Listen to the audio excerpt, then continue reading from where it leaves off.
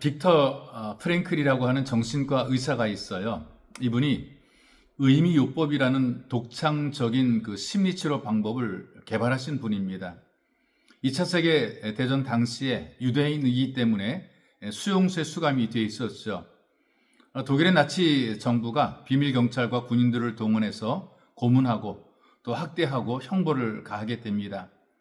이 수용소에서 살아가는 생활은 날마다 삶과 죽음이 반복이 되는 현실 속에 살고 있죠. 날마다 사람이 죽어나갑니다. 겨우 목숨을 건진 사람들이 오늘을 살아가죠. 옆에 있던 사람이 죽었습니다. 오늘은 앞에 있던 사람이 죽습니다. 내일은 내가 죽을는지 또 어떤 사람이 죽을는지 아무도 알 수 없습니다. 그래서 그런 곳에서 살아남은 것이 기적이지요. 심각한 학대 속에서 살아남았어요. 죽음의 수용소에서 살아나올 수 있도록 자기를 생존하게 만든 것은 무엇인가? 다른 것이 아니라 소망이었다라고 고백을 하게 됩니다. 이 빅터 크랭켈이 이렇게 강조를 합니다. 언젠가 수용소의 시대가 끝날 것이다. 나는 이 수용소에서 나가게 되면 이 삶의 소망을 세계의 많은 사람들에게 전하겠다. 이런 소망을 가졌다 그래요. 죽음의 수용소인데 그 죽음의 수용소에서 삶에 대한 기대를 가진 것이고 나는 살아가서 이 현실을 내가 사람들에게 전할 뿐 아니라 나는 살아서 내 역할과 사명을 하겠다는 소망을 가지게 된 것이죠. 그리고 드디어 살아남아서 전 세계를 다니면서 의미요법이라는 이 정신적 치료 방법을 강의하게 됩니다. 정신적으로 심하게 그 질병을 앓고 있는 사람, 정신병에 좀 시달리는 사람들에게도 소망이라고 하는 것이 삶의 의미를 준다는 것입니다. 압박되어 있고 절망 가운데 있고 우울증에 시달리는 사람들에게도 이 소망을 주게 되면 그들이 기대를 가지고 살아갈 수 있다는 것이죠. 근데 여러분, 하나님 말씀인 성경은 이미 오래전부터 하나님을 소망하고 사는 것이 살 길이라고 우리에게 알려주고 있습니다. 구약의 선지자 가운데에 아모스라는 분이 계시거든요. 이 아모스 선지자가 예언합니다. 그 예언의 말씀을 제가 여러분들에게 소개를 해드리려고 합니다. 아모스 5장 4절에서 6절까지 말씀을 제가 여러분들에게 소개해드리겠습니다. 여호와께서 이스라엘 족속에게 이와 같이 말씀하시기를 너희는 나를 찾으라. 그리하면 살리라.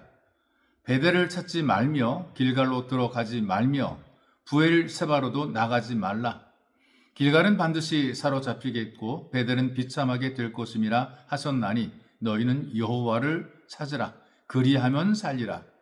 그렇지 않으면 그가 불같이 요셉의 집에 임하여 멸하시리니 베델에서 그 불들을 끌 자가 없으리라.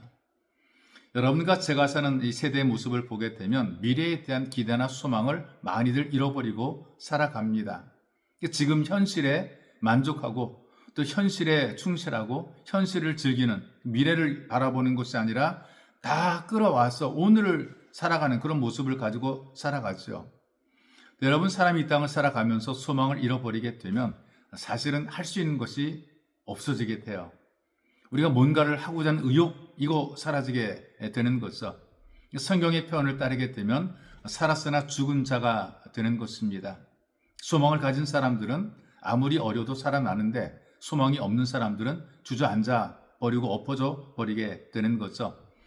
우리 사회에서 여러 사람들이 있는데요. 생활고라든가 실직이라든가 학업 성적을 비관하는 분들이 있어요. 그래서 이런 사람들이 스스로 자기 목숨을 끊습니다. 소망을 버리는 거죠. 아니면 소망이 없기 때문에 소망 없는 삶을 살다 보니까 죽음을 선택하게 되는 것이죠. 이런 분들이 하루에 약 40명 이상 된다 그래요. 소망을 잃어버린 채 현실의 삶에 눌려서 살거나 현실에 질려서 그들이 스스로 자기 생명을 내려놓는 것이죠. 여러분, 사람들이 만나는 어려움은 남들이 볼 때는 별것 아닌 것 같아. 그까지 그거 가지고. 당사자에게는 다릅니다. 느끼는 느낌이 다르고 와닿는 부담이 다르고 압박이 다른 것이죠. 여기 이스라엘의 고통도 마찬가지라고 생각이 됩니다. 곡식단을 가득 실은 달구지가 막 흙을 누르잖아요. 근데 그러는 것처럼 하나님께서 그 자리에 꼼짝할 수 없도록 누르시겠다 이렇게 말씀을 하십니다. 보기엔 멀쩡한데 하나님이 누르시니까 꼼짝을 못하고 있는 것이죠. 근데 그날이 되게 되니까 빨리 달리는 사람도 도망할 수가 없게 되고, 강한 자도 힘을 낼 수가 없게 되고, 용사들도 피할 수가 없게 되고, 그 누구도 벗어날 수 없다. 그런데 용사 중에 굳센 자는 벌거벗고 도망한다, 이렇게 말씀을 하십니다. 이런 현상, 환난 때에 사람들의 모습을 보게 되면 제 몸 하나 간수하기도 어렵다는 얘기죠. 위기를 만나고 어려움을 겪게 되면 나 하나 사는 것도 힘들어지게 됩니다. 그래서 누가 누구를 돕거나 그럴 여력이 없어지게 됩니다. 내 발등에 불이 붙었기 때문에 이거 불 끄느라고 남들을 돌아볼 여유가 없게 되는 거죠. 여러분, 누군가를 도울 때도 도울 수 있는 힘이 있어야 남을 돕게 됩니다. 그런데 여러분, 모든 인생들이 다 자기 하나 간수하기도 힘든 거예요. 그런 의미에서 이 아모스 선지자가 베델을 찾지 말라, 이렇게 경고를 하게 됩니다. 베델은 하나님을 만나고 은혜를 입고 힘을 얻은 자리거든요. 이 베델이 하나님의 얼굴이라 그런 의미를 가지고 있잖아요. 하나님의 집이라 이제 그런 의미를 가지고 있는데, 이 하나님의 집인 이 베델이 예전 같지 않다는 얘기죠. 변질이 되었다는 얘기입니다.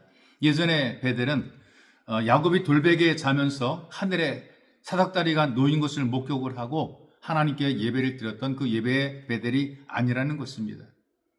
야곱이 외삼촌 라반의 집을 떠나서 아버지 집으로 돌아갈 때에 하나님께 예배 드리며 헌신을 작정했던 바로 그런 자리가 아니라는 것입니다.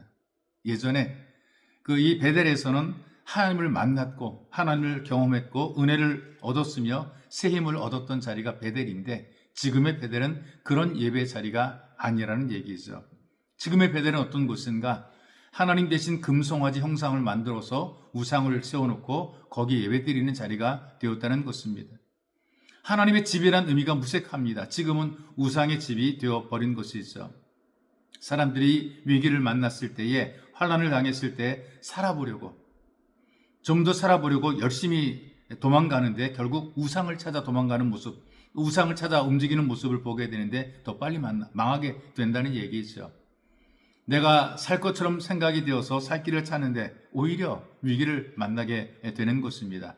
그래서 위기를 만나거나 어려움을 당했을 때 그 사람의 처신을 보게 되면, 그 사람의 모습을 보게 되면 그게 진짜 모습이 나오게 되는 것입니다. 평상시에 안 보이던 것이 위기 때에 드러나게 되어 있습니다. 그래서 어려울 때, 힘들 때, 막막할 때, 답답할 때 누구를 찾는가를 보게 되면 그 사람의 믿음이 보인다는 거예요.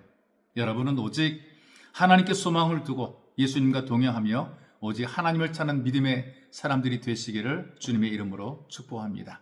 참으로 좋으신 아버지 고맙습니다. 주께서 우리들에게 은혜를 베푸셔서 하나님의 집에서 예배를 드리게 하시고 하나님의 집에서 하나님의 얼굴을 보게 하시며 하나님의 집에서 주의 음성과 목소리를 듣게 도와주시고 우리가 감사 감동의 찬양을 올려드리며 간절한 소원 담아 기도하게 도우시니 하나님께 영광을 올려드립니다. 하나님, 우리가 하나님의 집을 찾으며 하나님을 찾아 하나님과 동행하며 믿음을 지켜내는 복 있는 예배자로 살아갈 뿐 아니라 우리를 통해서 많은 사람들이 복을 누릴 수 있도록 은혜를 베풀어 주옵소서. 보배로우신 예수님의 이름으로 기도하옵나이다. 아멘.